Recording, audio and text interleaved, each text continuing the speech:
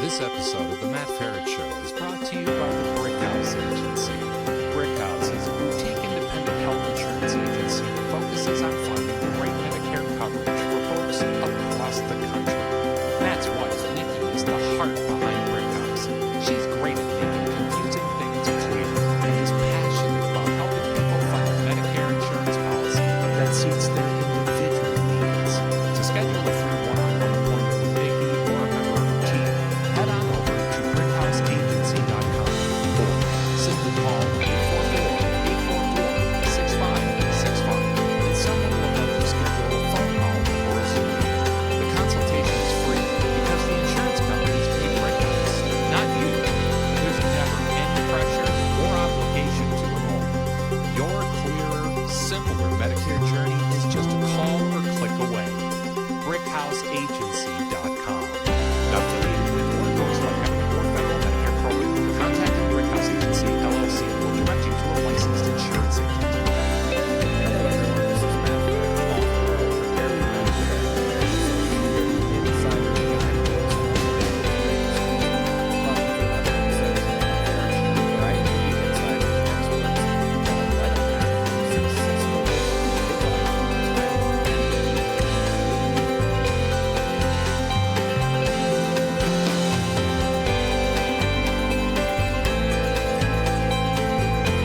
Welcome to the Matt Feret Show, practical conversations to help you thrive in midlife, retirement, and beyond.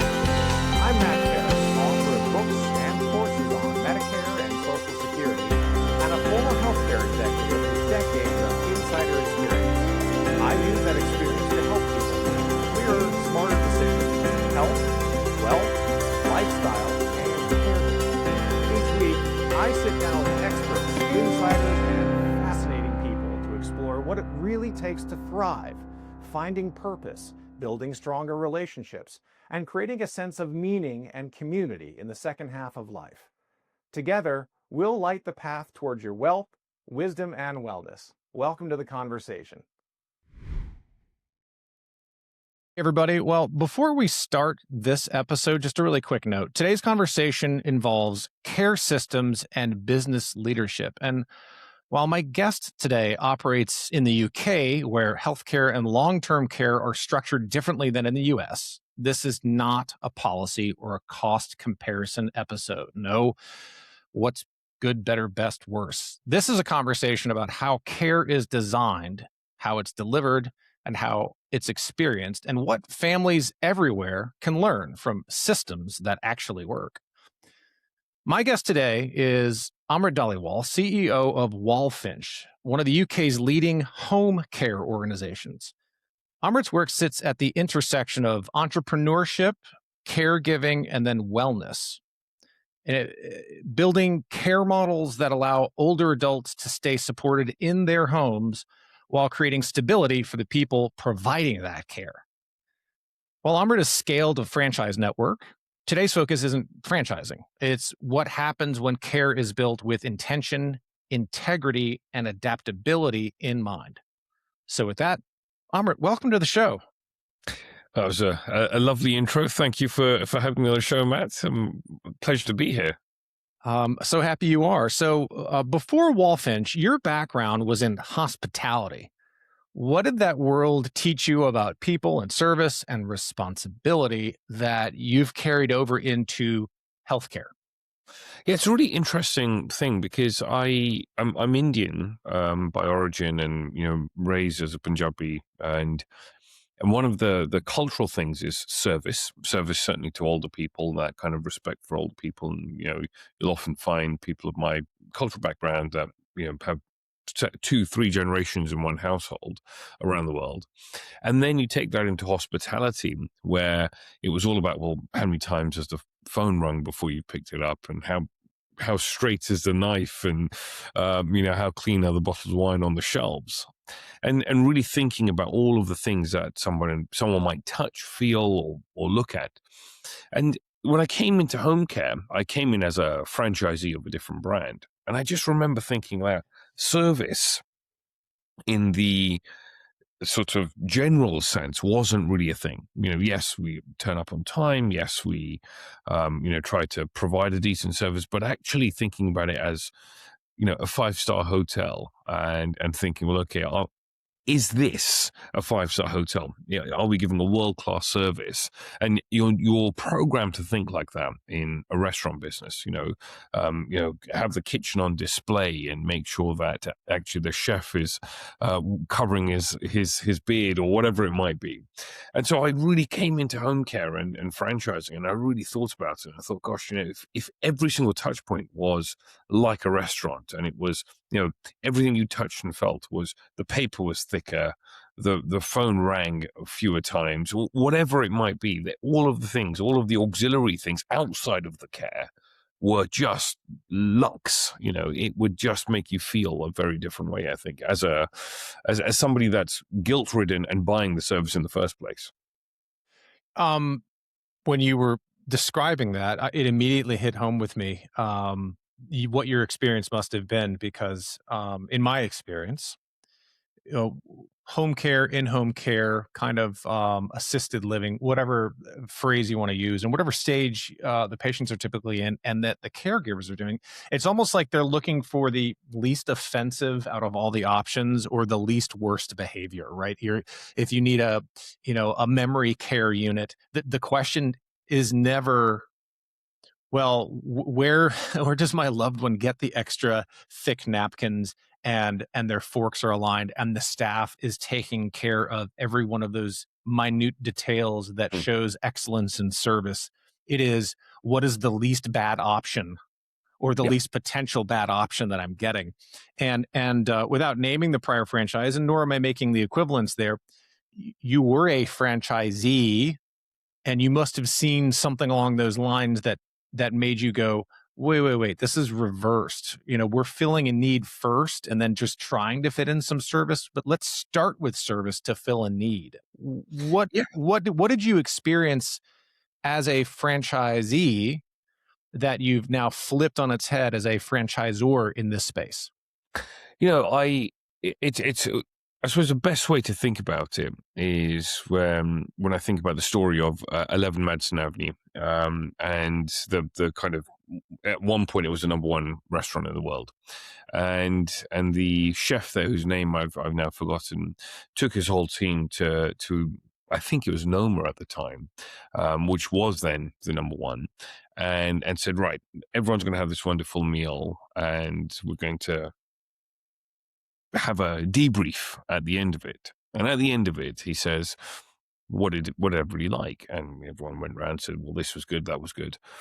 But actually then, and they were like, well, okay, so we're not going to copy these guys. What we're going to do is say, well, what are they not good at? Well, you like beer, and these guys don't really sell it. So if we had a beer sommelier, for example, all of a sudden we are filling a hole that doesn't exist, actually, or doesn't conventionally exist. And I think for me, my experience with care as a whole, as a product, was, we're servicing older people.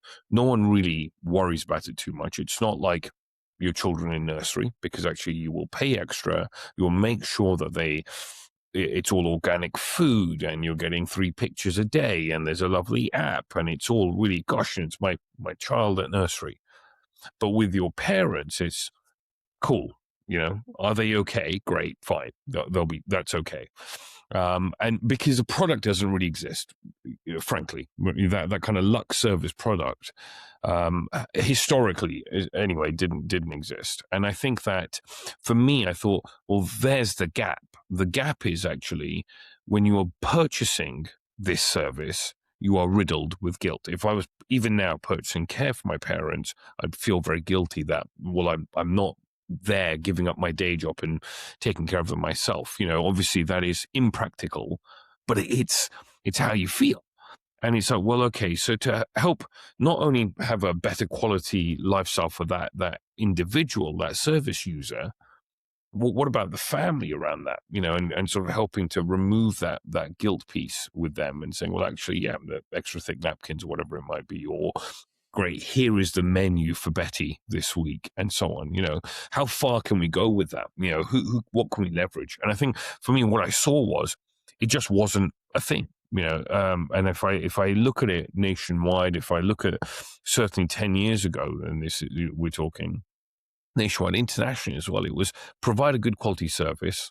The best thing that we were getting at that time was, if Matt is my carer, can I have Matt coming in 70% of the time, as opposed to Matt, George, Tim, Tommy, Susan, and I think that continuity of care was what everyone focused on. But actually, I think surely that is hygiene, right? You're not having 15 different people going into a dementia patient, that is hygiene. And really the next level on from that is, well, what else is there? Because actually everyone is doing that. Gosh, if we're not just doing that as a standard, what the hell are we doing, right? Right. Well, so help me. You're painting a picture in my head, because as you were talking, I was imagining the places I've been, right? The long-term care facilities, the assisted living facilities, the 55 plus neighborhoods that are being built everywhere now, where you can go and you've got to age restricted to age 55 plus, but then there's a transition of care where there may be assisted living and all the way up to right full-time nursing home in the same communities. And the picture I have in my head is probably not that. It's either of average looking, average to probably not good. I can't imagine or visualize in my head what you're talking about. So help the listeners and the watchers, and really help me, man. What does this look like? Yeah. If I've got this picture of my head of, I don't want to send my father or my mother there, or they're already there and I really don't like it, and I feel like I have to check in on them, and I have to check in on the staff because I don't trust them. Like, if that's the default, what have you built and what are you building? Yeah, I think so. So there's kind of it's a really interesting question, actually, and the fact that you can't picture it, I think, is part of the answer, and certainly part of the problem. So at Walfinch, we are home care, right? We provide care. We go to your mum's house and we provide care in her home, and that might be an hour a week. It might be 24 hours a day. And so in many ways, actually, to provide service in that segment, it's harder, because if I have a nursing home, so I went to tell you what it looks like from a nursing home or an assisted living type of situation. I went to a friend of mine who's just opened this very beautiful nursing home in the UK. And I went in for the opening, and it was stunning. This place was, I would go there for a weekend, right? If it was a hotel, so that, they've got a bar there, they've got a cinema room, they've got a gym, and they've got a beautiful restaurant and a library and games rooms, and lots of you wouldn't walk in there and instinctively necessarily think that this is pitched at older people with those sort of issues. So first point is, does everything in that kind of setting look and feel right for that? Does it feel like a hotel space? But I think actually there's a lot of stock on the market that's now coming in that's purpose built, that is really going in that direction, and that is serving that community. But I think where the problem often lies is in my space, actually, at home, because at home it's, well, how do we differentiate? And I think one of the things so Walfinch has been on a bit of a journey, and one of the things that our rally cry is time to thrive. And so what we've sort of said is, actually, just flip it on its head. So aging shouldn't be about survival. It should be about thriving. And it should be us thinking, when I get older, it's not the last chapter, it's the beginning of the next chapter. And so, we've got community clubs, for example, that are free of charge for any older people to come into and say, well, we look at the franchisee in the local area, we look at the teams that they've got. Someone might have a ex-florist, someone might have an artist, a pottery person, or we alternatively Pilates and yoga and so on, and saying, well, actually, let's create these free classes for the community. I'm an ambassador for the Royal Osteoporosis Society, and saying, well, okay, how do we connect those things? And saying, so you're creating a community hub where actually there frankly isn't, certainly in the UK, invariably there isn't that, because there's not government funding behind that, or whatever that reason might be, and saying, well, actually, this is what we are doing for the community. When someone is receiving care from us, well, then we're going to go that extra mile. And one of the, I've got franchisee training next week. One of the first things I'll be talking about is how many times is your phone ringing before someone picks up, whether that's a carer, a client, a new client, someone's family member, and so on. Because actually, Matt, if you've got to call someone about your mother-in-law and you're then sitting on the phone and think, gosh, let me get ready. Now I'm going to be sitting back here for 6 minutes and 15 rings and try it 4 times before somebody picks up. That's a problem, because actually now there are services where someone else remotely might pick up your call and take that and pass it on to someone. But at least from your side, Matt, you've done your piece. You've spoken to a human, you've passed on the issue, and someone is going to get back to you and actually giving you that SLA. How many minutes in which am I going to get back to you? Is it 1 hour? Is it 24 hours? Is it 72? But if you know, you know. And actually at that point, at very least, having that clarity and communication, then kind of getting into the care piece and saying, well, I'm receiving care. Am I getting a photo? Is there an app that I can log into and say, oh, it's Amrit today, it's Matt tomorrow? And what's going on with that? When you're talking about the notes, I mean, actually having open communication like that with technology, and it's as simple as that. So we have an app that a family member can hop on their phone and say, who's there right now? What's going on? Great. What were the notes from the last visit? Mum's feeling sad. Great. What's happening there? Let's tick through that whole piece. It's as simple as that. Going in and saying, well, are we helping people with proper food? Are we training our care staff on how to cook? We've got foreign staff that are coming in, and one of the courses that we were running actually recently was how to cook a Sunday lunch, because actually if you're coming from South Asia, they might be looking at it and thinking, what the hell is all of this? I had a guy, we had to say, well, look, bacon, you cook.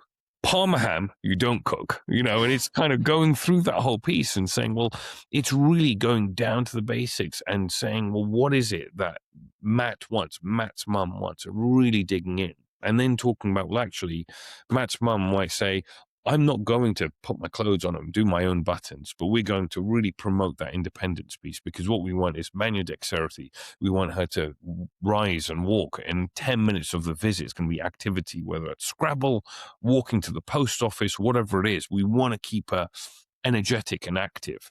And I think at home it is difficult, because what we're not doing is painting your walls and making it look beautiful and putting the, velvet carpets out and whatever. But what we are doing is saying we're creating this environment in which you can thrive, and where the family feels I'm getting the service. And I think what I try to explain to franchisees is that you're not selling care. What you're doing is selling the ongoing piece. It's never a sales pitch to kind of get in. It's a sales pitch to keep it going. I've got to make sure that Matt's communicated with, Matt understands what's happening, and Matt's happy with that, so that I don't ever feel like Matt doesn't trust me to provide care for his mother. Because at that point, I've lost the game, right? At that point, you don't want it. And I'm like, well, charge more. Charge the most in all of your competitors, because Matt will pay it. Right, Matt will pay because I have trust at that point. If you've got a model of care and you're right, you can't paint the walls and you can't change the carpet out, and you're not going to get rid of mom's 20 different play settings, 4 of which match. You're not going to do that. But what you can do is provide absolutely exquisite service in the home, to the personalization of the client. And you actually have multiple clients, is I think what you're getting at. Not only do you have the person in the home, but you have relatives, friends, family, neighbors who are checking in. And the care worker, right? And the care worker as well, actually. I think it's kind of saying, well, are we marrying those two things up as well? Am I sending a chain smoke, asthmatic care worker to a chain smoker, and vice versa, and so on? So, are we kind of making sure that the whole thing works long term? And he's really thinking about this stuff. And I think often we don't. In my sector, I speak to competitors. I know that 9 times out of 10, no one says no to a care worker. I'm like, well, if you're not saying no to 20% of the people that are applying to the job and saying you've got a car and a pulse, you're hired, that's part of the issue, right? We've got to be selective. Charge more. people will pay, but provide something amazing. Charge more for quality. Absolutely. Rather than $15 an hour or $20 Yeah. an hour to just fill a warm body to sit there and fill a room. Totally get it Plenty of and people like to it. do that. Yeah, right. Um, I looked the statistic up and then promptly forgot. But a vast majority of people over the age of 50 would strongly prefer to remain in their home for as long as they can, which I believe is slightly different than it was 20 or 30 years ago. This is kind of the way of the world of the desire to stay in the home. And the problem that you ran into, or that you've already noted there, is that there are cost constraints, which I promised at the beginning we weren't going to talk about. But then there's quality constraints, which you're addressing. There are also distance restraint issues here. So not only do I want to make sure that mom or dad is taken care of and that I'm up to speed and I'm involved in her care, at least in the monitoring of their care, but people are helping parents from a distance. And to your point, they've got full-time jobs and they can't just pop over and make sure that, mom, dad doesn't need them for 7 hours straight. In this at-home environment where people are desiring to stay at home, perhaps sometimes when they really should be transitioning into something like an assisted living or a nursing home, and they go, I don't want to go, I want to stay right here. And their kids are farther away. What do families collectively underestimate about the complexity of care in the home and coordinating that care, oftentimes remotely or from far away? I think it's a very beautiful question that you've just asked. It's also a very difficult question, when you really dig into it. But I think some of the things that I've practically suggest to my network. Number one is to have that open conversation, have all of the cast of characters in the room. So if it's going to be the daughter-in-law, and the nephew or whatever it is, get them all in the room, whether that is a virtual room or whether that is in person, and agree there as to who are we speaking to? Who is a spokesperson from the family? That's the first thing. I think one of the things that is often problematic is that Matt's calling me, then Matt's wife's calling me, then Matt's son is calling me. And that's a problem because I'm like, well, I've spoken to Matt, and now my manager is speaking to Matt's son, but then, Matt's wife was asking a different, and then actually that's problematic. So then you're getting, as a family, 3 different responses from 3 different people in 3 different versions. It might be all saying the same thing, but you're just asking slightly different questions. Whereas, so I think the first thing is consolidating the lines of communication. So, us having a really honest conversation. So there's a lot of training that has to go into that on how to have those conversations, but it's kind of gently positioning one spokesperson for the family. And by the way, I see where your service background just popped in there, because we've all done it. What happens when you have a waiter and then somebody walks by and you need another salad fork and you ask them, but they're not your waiter? Then what happens, right? Yeah. Chaos ensues. You thought the new waiter was going to get it. The old waiter comes by, is confused if you have a new salad fork, but you didn't ask him. I get it. It's one line of communication and contact, one waiter, if you will, or one service representative. I get the parallel. And I think the other thing is that I think you can provide really complex care at home. You could do ICU unit worthy work at home. You just need to have the budget for it, whether that is provided from elsewhere yourself or whatever that might be. It can be expensive, but then actually it's no more expensive than going into an institution of sorts. So, what that usually means is it might be full-time round-the-clock care, might be someone living at home and so on. So I think it's understanding the options. And I think that's one of the pieces where overall, because care is an emergency purchase, and I talk about this in my book, Time to Thrive, the Home Care Revolution. And care is an emergency purchase, so we never really look at it until we need it. And one of and that's one of the issues and problems within it. And so what I tend to think is, well, okay, if care is an emergency purchase, what are we doing before that to talk to older people in the community, to educate people, because actually you're not selling to the 80-year-old, you're selling to the 50-year-old that is buying the care for the 80-year-old. And so if you're doing lots of community work and you're doing lots of public speaking and so on and so forth, you're then passing that information on and creating kind of chains of communication for that. So I think it's the education piece, say what's available. It's the communication piece of saying, who am I speaking to?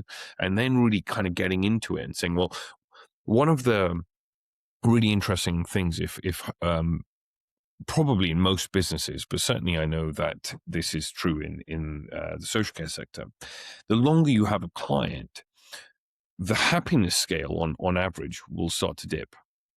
And that's really interesting and really problematic.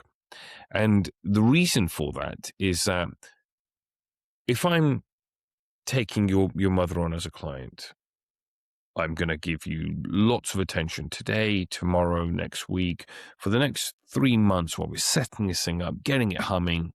I'm on the phone to Matt once a week, whatever it is, and it's all working.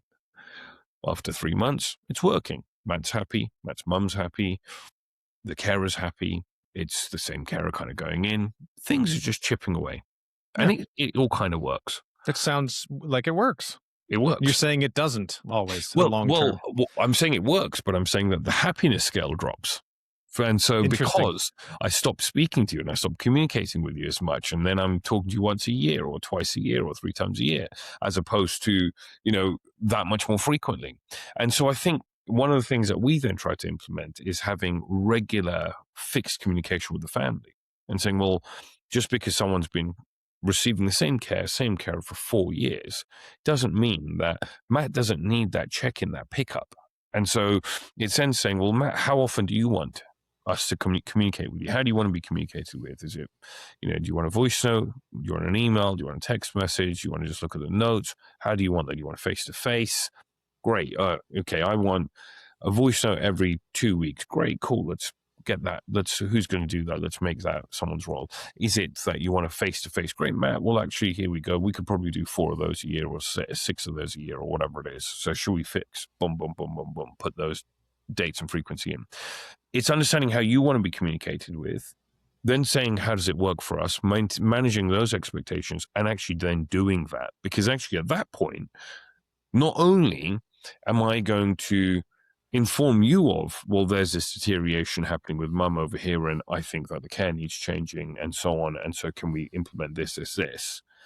But you are then really involved, really in the driver's seat and so on, and feel that the trust piece keeps growing. And I think that's through communication, through relationship building. It doesn't happen by just saying, it works, let's never talk to Matt again, because it works. Again, a lot of great parallels in there in terms of communication and having the customers plural have a say in how they wish to be communicated, because that's really who, again, you're serving, not rather than just what do they say? It's all relationships, right? When things get normal or things get into a pattern, communication starts to break down. And that's when communication starts to break down, the relationships start to break down. That's true in personal relationships and as you just noted, professional and business relationships as well. As interesting parallels.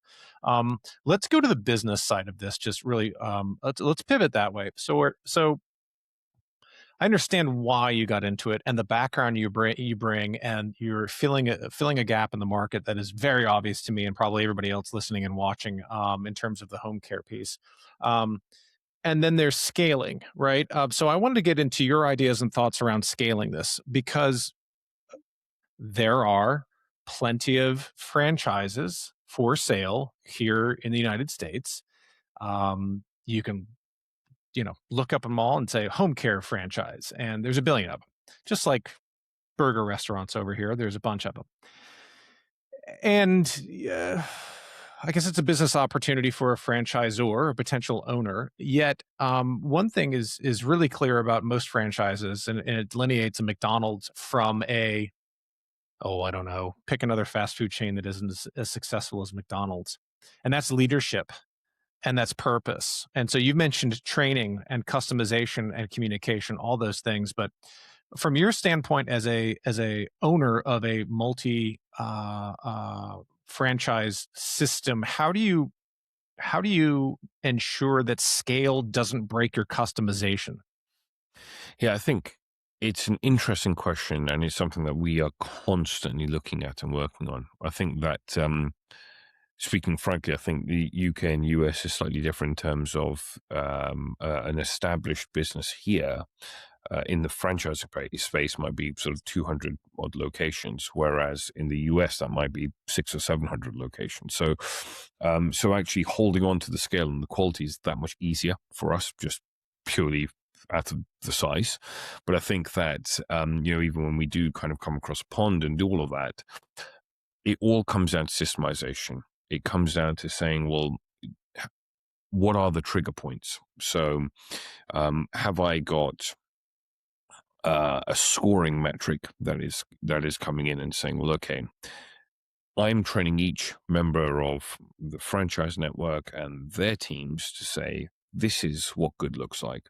This is how you track it. Here are the audits that need to happen, and so on. And this is what happens when there's trouble, there's issues, which obviously there will be, or something's not right. Great. But then how do you inspect what you expect? And then it's sort of getting into saying, well, okay, so we are completely digital. There is all of our data points from our telephone systems to our care plans are completely digital, which actually certainly in the UK, and I think probably in the US as well, for a large part, that's unusual. And in the next 5 years, it'll kind of happen with most, I think. But actually, right now, that is not that common, and it's becoming more and more. So there's a big sort of digitalization push here. But so we have all touch points that are digital, and what that means is that we can collect these data points and we can slice and dice the data and say, Matt's branch over here, this is what's been happening over the last 12 weeks. This is the scoring on profitability. This is a scoring on happiness. This is a scoring over here on compliance, for example. And so we're going to kind of, right, there we go. Here's the red flag. So now we know there's a red flag there. And so we're looking at a sample of 10 locations, let's say. A human that is behind it is looking at this data for 10 locations. Matt's location has been red flagged to say, well, that's the most dangerous because there's X that has happened there. There is some care plan that is missing or not written so well. Great. So what I'm going to do is I'm going to take a sample of 10 clients, 10 carers. I'm going to go through the work and we're going to then triage it and then give Matt a report and say, right, let's get right in there and start helping you fix that straight away. And we just do that on a weekly, monthly basis for all locations. And it's basically saying, you've got people in your branch that are doing that work, then we are sitting on top of that and then doing that kind of mock inspection the whole time. But we can do it at scale. When I was a franchise, you couldn't do that because everything was on paper. It was all in filing cabinets. Heck, my invoicing was in filing cabinets, right? And I was like, this is a problem. Because if I have a water leak, I don't have any documentation left, for example, or a fire or whatever, I'm screwed. And so that's one problem. But also, I can't actually do anything with all of this information that I own. And so now we're sort of there and saying, well, okay, so what does good look like? So we'll test franchisees and say, well, how well are they answering the phones? We'll mystery shop them. We will look at sample documentation. We'll look at their surveys with their carers and clients. We'll constantly kind of look at all of the different touch points to say, is Matt's branch actually that good? Is it? And what's the incremental change? What's that 1% compound bit that we could add to that and support them in saying, it's amazing. How do we make it, super amazing? How do we make it outstanding? And it's just constantly pushing that. And I think the benchmark is phenomenal. And so then it's sort of just constantly pushing on all things, but you have to be able to collect the information and spin the information. Great answer. And I'm going to actually apologize to you because as soon as you started talking, I immediately began regretting talking about franchisees as holding McDonald's up as the star. I think what I was doing was I was holding them up in terms of standard operating procedures, and consistency across the world, literally Globe, across right? the world. It's amazing, actually. I wasn't necessarily holding their hamburgers up to the best hamburger out there, which really is a flaw in my example, because what you've spent the first 30 minutes describing is more along the lines of a Nobu and not a McDonald's. Yeah. And so I'll ask this next question in that with that reality, which is you've created a Nobu, and I think were there only one or two? Maybe there's one in Chicago and one in New York. But anyway, this wasn't scalable to the extent of, let's say, having 10 Nobus. Maybe for marketing reasons, maybe for practical reasons. Who knows? But I guess my point is, you live in a regulated and work in a regulated, high pressure environment with a lot at stake. You mentioned audits and quality controls. When you think about scale and you think about operating 10, 20, 30, 50, 100 of these, what does effective leadership, not only at your level, but at the individual territories, if you will, or areas that you have to monitor from a hub and spoke model, what does that effective leadership look like when you're dealing with people who are especially vulnerable and their caregivers? Yeah, I mean, you know, are you familiar with EOS and Traction, Gino Wickman? I sure am. I got it. Right. Yep, EOS. I said SOPs and you said EOS, and then we both smiled, and the people who know what we're talking about are also winking. Yep. So for me, I think, effective leadership is systemization of that leadership. It's being able to say, well, okay, today Amrit's running this, but actually tomorrow Matt could run it because here is the system of how that thing is run. Matt can just slot in, pick up and say, right, great, let's sit on the level 10 meeting, let's do the VTO meetings, boom, boom, boom, boom, boom. Here's a scorecard. I know whether we're running fast, we're running slow, what's happening. And I can pick up with each of my members' staff and look at what everyone's rocks are. Great. How are we doing? On track, off track? Cool.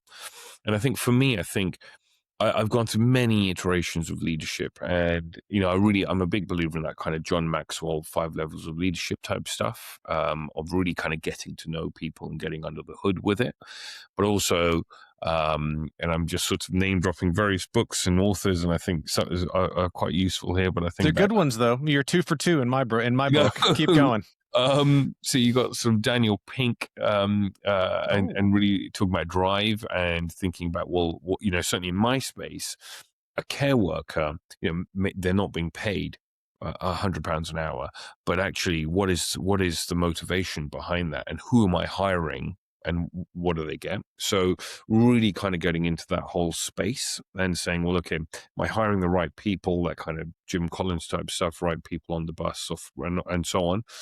And I think that's a really big thing for me.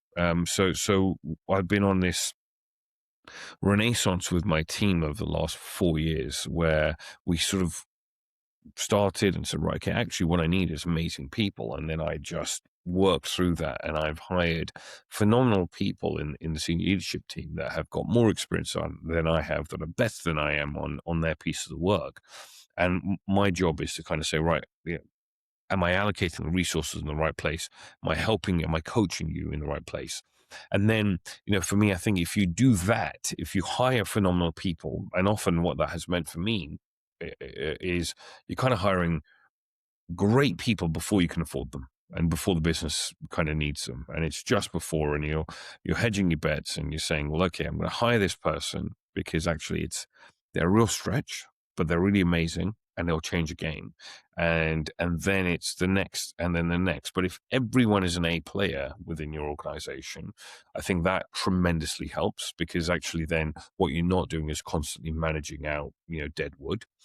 And then if there's a system in how to manage, because I think leadership is damn hard, right? It's I've owned businesses since I was 22 years old, and I absolutely find it tremendously hard. But having a system on how to lead and how to manage and how to kind of drive people, that for me has been transformative, and I couldn't recommend it enough. I think it simplifies things that are otherwise complicated. Everyone looks at their business and, that kind of ego play comes in. Well, my business is very complex. Well, actually, is it? If you can't explain to me in 30 seconds, then, is it, if I don't understand what you're doing in 5 numbers, and, do you, so,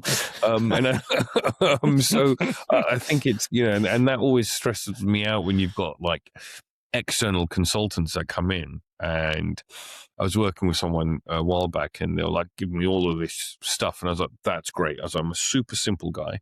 What I need is 1 to 3 numbers from you to say, this is happening on a weekly basis, which means I know that I don't have to worry about it because you're doing the press ups, the weight loss will come. And they were like, huh? And I was like, no, I just need I don't need the long emails. I don't need the, 15 meetings a day. I just need the 3 numbers. And what that meant was, it was wonderful because actually we worked together for 18 months. For sort of 15 of those months, great, bam, bam, bam, bam, bam. And then by month 16, I realized, well, actually, hold on a second. I think we've done it. I think we've reached the end of where we need to be. And then we were able to have a really honest conversation. And then you can move on to the next thing. Who's the next stage up? Great. What are we driving at now? And that's it. I think that is the beauty of having a system, because it makes it more black and white. How would one, considering this for mom or dad or themselves in the future, how would I go about discerning whether or not I'm dealing with a company in this space that has those systems and has that leadership and has that level of integrity and focus and simplification to excellence? Are there tells? Are there markers? I mean, is this something I'm going to go check out 15 different websites and then, look at profiles on LinkedIn, or is it more simple than that? How do I go about doing this, finding not just the caregiver or the person in the home that I think fits my mom or my dad, but the company that backs it? What are the tells? Yeah, I mean, I think it's really hard, right? Because actually we have the Care Quality Commission in England, and they do audits and reports. I'm sure you've got similar sort of things in various states. But the report is as good as the day it was done, as we all know. And you can look at reviews, but actually a lot of businesses, they're not kind of pushing the marketing aspect. So maybe the only reviews that they've got are the ones of pissed off staff or whatever it is. And that's out there too. So I think it's really hard when you're buying care. I really do. But I think that if I was buying care, I'd think about it from perspective of, if I was buying a house, I wouldn't just buy the first house that I liked or I saw. What I'd do is I'd go and look at 5 or 10 houses, and I'd say, well, great, okay, I like the first house. The first house was the best house, but actually I've now got something to compare both ways. And so I think that gut feel really comes into it. I remember about 6-7 years ago, I was doing some mystery shops, my competitors. Now I'm friends enough just to ask, right? So I think that's important, being friends with competitors, but that's probably another podcast. So I'm doing these mystery shops, and I must have called 10 businesses in that given area. 6 of them didn't pick up the call at all, left messages, and I think 4 of them did not call me back, actually.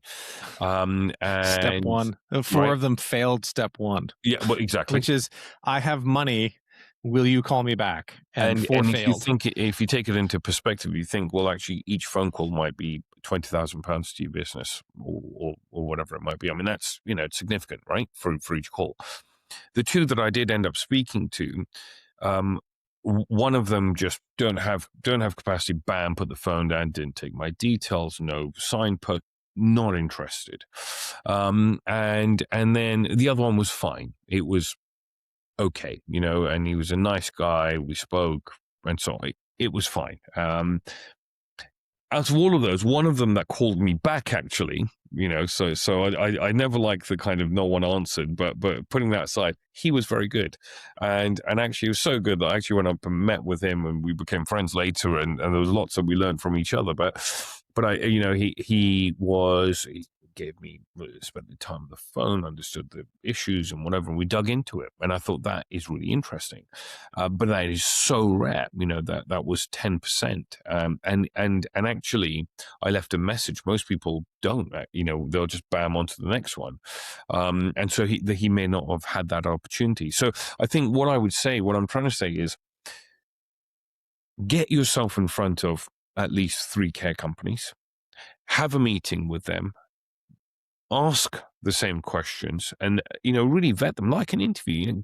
Let some gut feeling stuff happen there, but also try to understand, well, who owns it? Is it privately owned? Is the owner involved in the business? I think that is always really different. One of the reasons I love franchising is because you've got this kind of corporate structure, but it's personal, because that local managing director is, that local franchisee is right there. They're in it. It's their house on the line. It matters to them.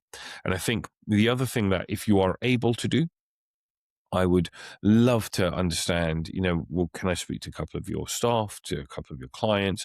Often that might be an issue, but sometimes, I've been asked that in the past, and I've arranged that for clients to speak to other family members of other clients, because, if you're buying live-in care, for example, certainly in the UK, that might look like 80, 100,000 pounds. That's just a load of money every year, right? Yeah. Or up to. And so for that, I really want to know that I'm making the right decision, because actually maybe mum's got 1 year or 3 years of that capital, and I really want to make sure it's invested correctly.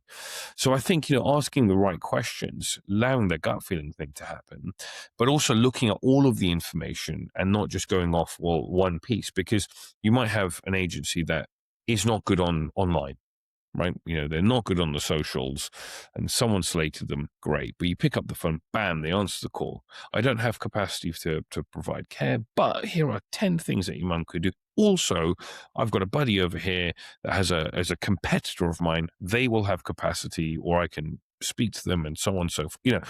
It's really all of that. And I think someone that is super helpful, I think it shows that they actually care. They're not just in it for the hourly rate.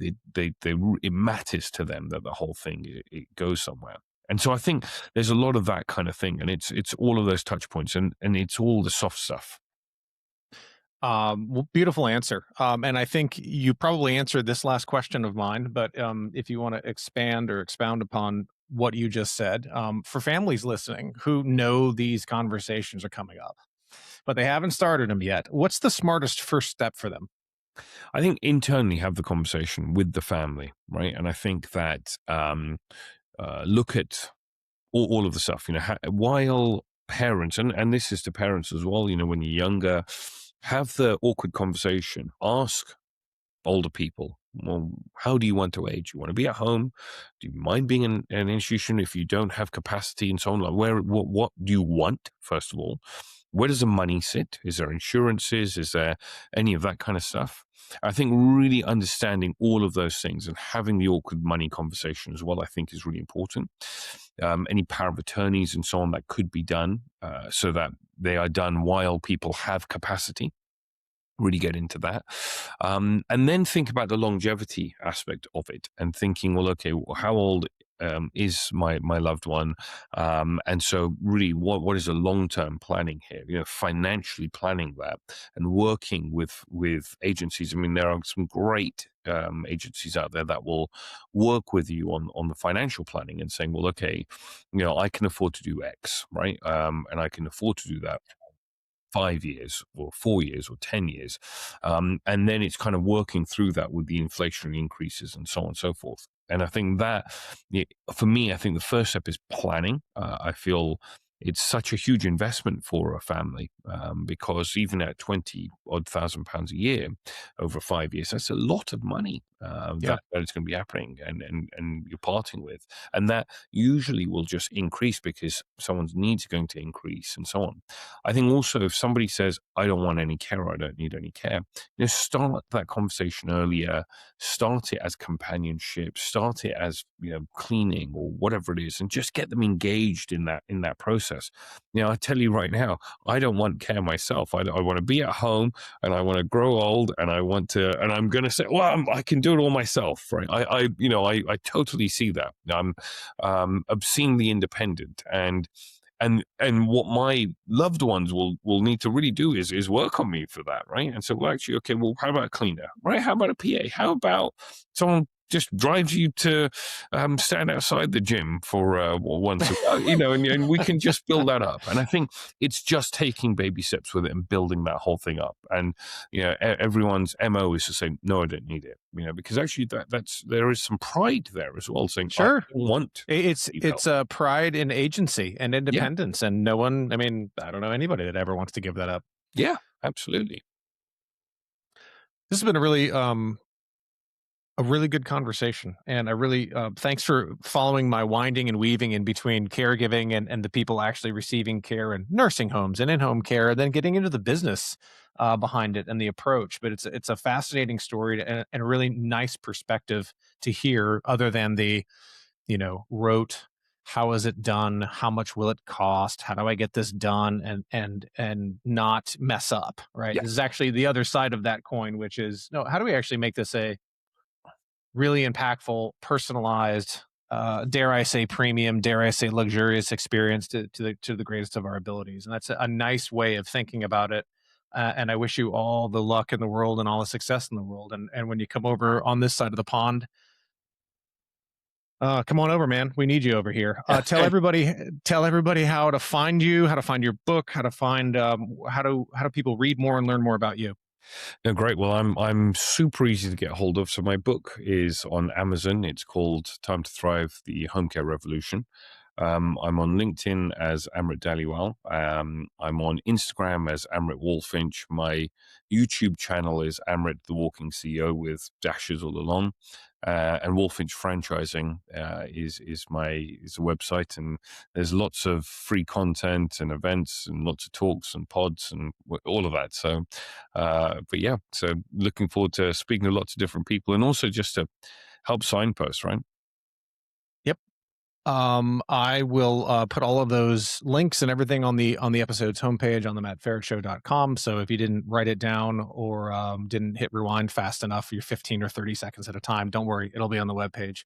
Amrit, thanks very much. Great. Thank you. Everybody, that was Amrit Dhaliwal offering a thoughtful look at aging care and what happens when systems are built around people instead of just for convenience or to fill a need, and that's all.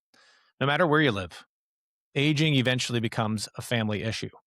And the earlier those conversations start, as you heard, the more independence, the more dignity, and calmer everyone stays and keeps.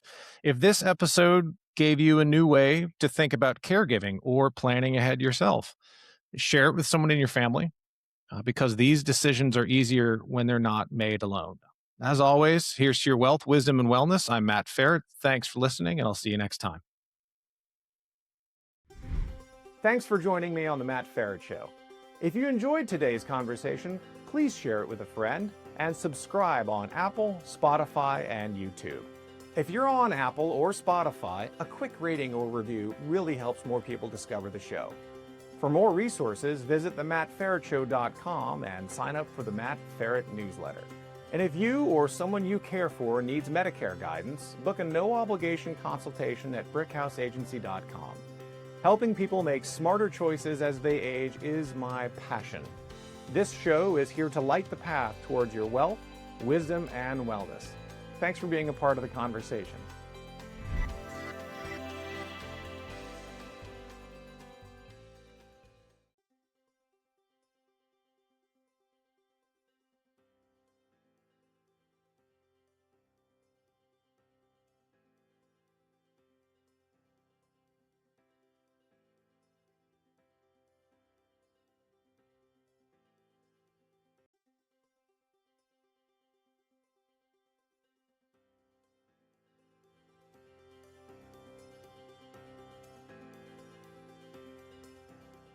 The Matt Feret Show, related content, publications, and MF Media LLC is in no way associated, endorsed, or authorized by any governmental agency, including the Social Security Administration, the Department of Health and Human Services, or the Centers for Medicare and Medicaid Services.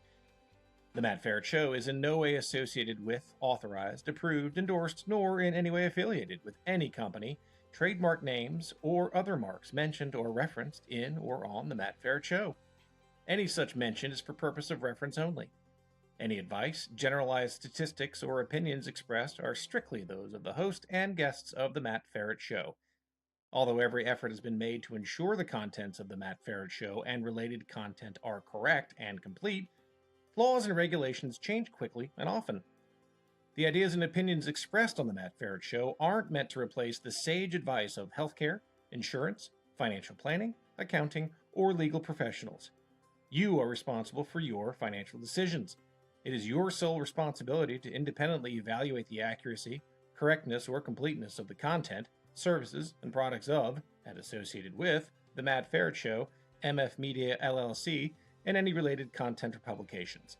The thoughts and opinions expressed on The Matt Feret Show are those of the host and The Matt Feret Show guests only, and are not the thoughts and opinions of any current or former employer of the host or guests of The Matt Feret Show, nor is The Matt Feret Show made by, on behalf of, or endorsed or approved by any current or former employer of the host or guests of The Matt Feret Show.